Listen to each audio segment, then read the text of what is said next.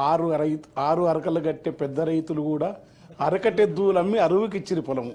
పేడ ఎరువు లేక భూమి సారం పోయి చూడ సక్కని నేల మూడు వారిపాయ్.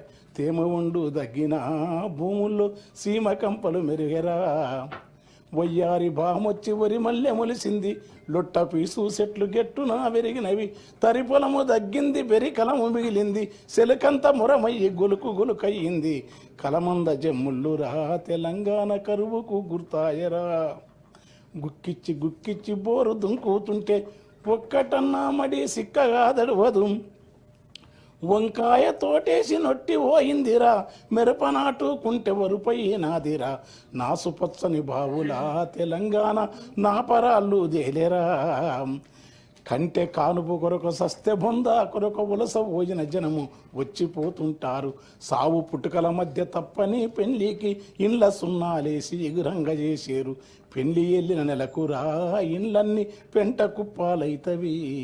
దగ్గు దమ్ము టీబీ కక్కుడా బేదులతో 30 ఏళ్ళక ఈడ ముసలితనముస్తాది. నెలకు 3కు పైగా పీనుగలు లేవంగా పల్లె చుట్టూ పాడే కట్టెలు బూడిదాయే. ఇల్లు శోకాలతో తెలంగాణ తెల్లారిపోతుందిరా. అలాంటి ఉద్యమాన్ని కేసీఆర్, జయశంకర్, కోదండరాం సార్ మొదలుకొని తెలంగాణ మహాసభ అవన్నీ ఇప్పుడున్న సార్ కూడా మంత్రి పదవి మనతో కలిసి పనిచేసినాడు. అనేక మంది కవులు. అది వచ్చిన తర్వాత ఆ రైతాంగం ఏ తీరుగా అంటే మొక్కొస్తుంది కాదు. గలగల గల కాలువలల్ల మిలమిల సెందమామ చేతి కందినట్టు మనసెంతకొచ్చినట్టు ఎంతలింత మార్పు ఏది కేసీఆర్ చూపే ఈ తూర్పు అని ఒక సూర్యకాంతి చూపినని రాసినాను నేను.